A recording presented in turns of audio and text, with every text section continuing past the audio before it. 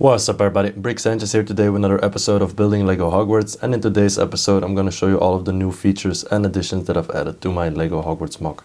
Now before we go any further, be sure to subscribe, hit that notification bell, leave a like and leave a comment as well, that way you might be featured in my next video.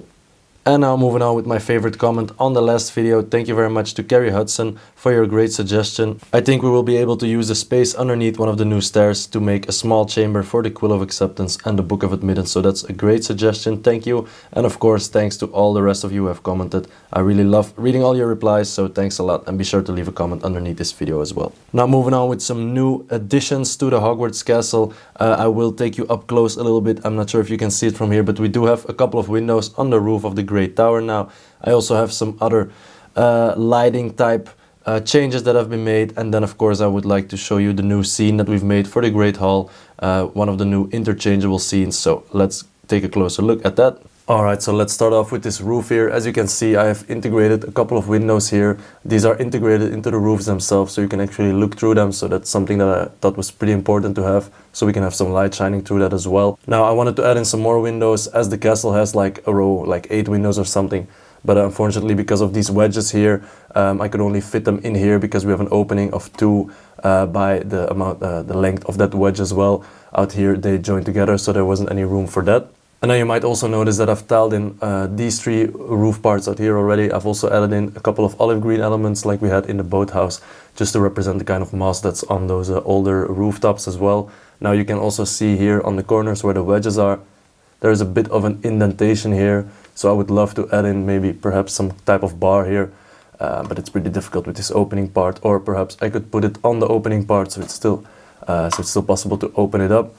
But yeah, anyways, I'm gonna see how we're gonna do that. And then finally, so these have to be angled a bit better still. I didn't perfect this yet, so I have to get the height of this cone, this first cone here, right. And then I would love to add another cone, like kind of over this, so it kind of flows over the roof like real roofs do. So I want to make it a bit more realistic.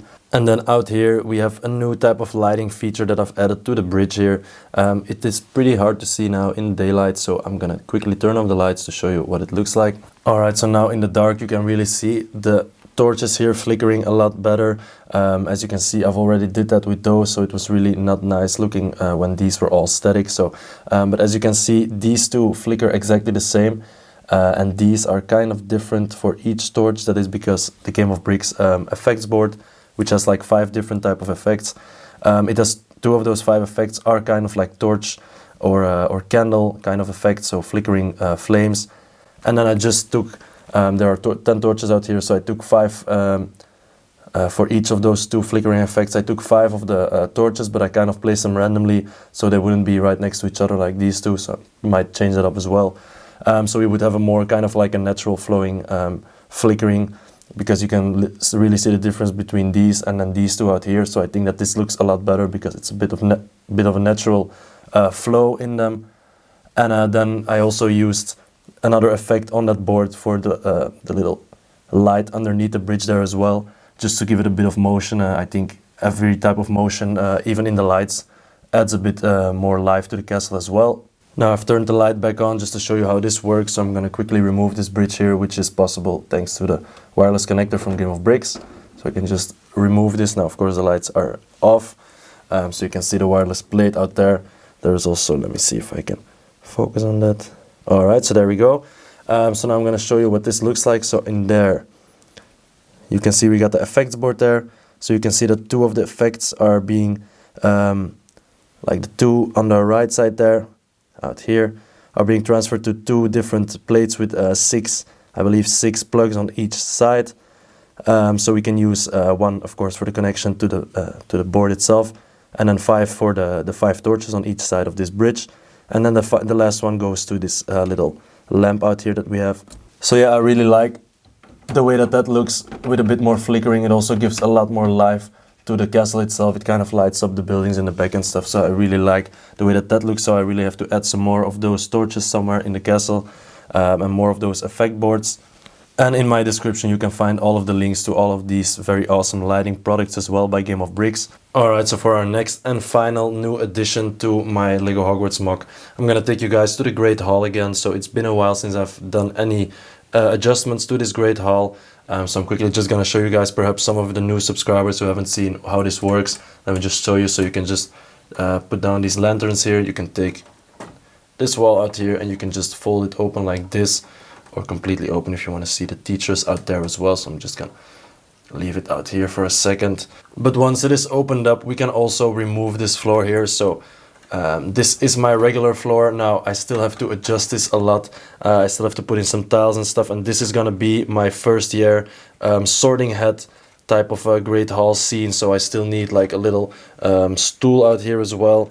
Let me just try to focus on that. A little stool out here with the sorting hat and with some of the new students with their undecided ropes, or whatever those are called. But so anyway, this is one of the two scenes that I had originally. So I had this one, and then I also had this other one, and in the back you can see the little kitchen out there as well. So those are the kitchens underneath the Great Hall. But so yeah, the second scene that I've made for the Great Hall is the Yule Ball scene out here, which takes lots of elements from that Astronomy Tower set. Now this one also has a play feature. I would love to add in a play feature in each of these scenes out there. It's pretty hard because we have a limited space with the kitchens underneath there, of course. But so yeah, you can see everyone dancing out here. So I really love that scene. Of course, rest in peace to Robical Train as well.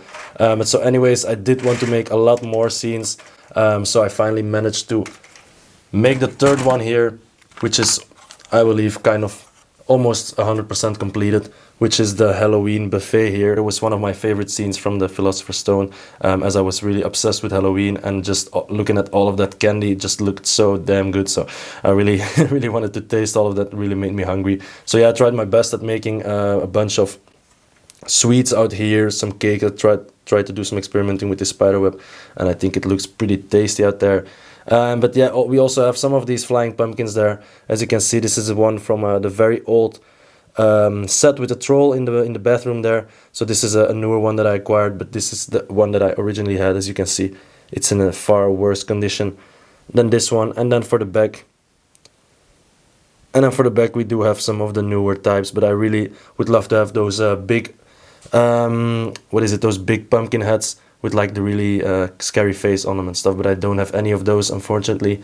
But yeah, anyway, so I'm gonna slide this in and I'm gonna show you the play feature that we have. So you can see we have a hole out here, which is made for this little wand here that I've used for a lot of stuff. But yeah, anyways, let me just try to slide it in there. All right, so let's see if we can get it in here. All right, like so. But yeah, anyways, let's take a little closer look at the play feature that we have on this scene here. Now, Quirell lying on the floor there might kind of give it away already. But yeah, anyways, so let me take my little wand here, which we've used for the Hufflepuff common room as well as for the Phoenix statue. So I can just put it in this hole out here.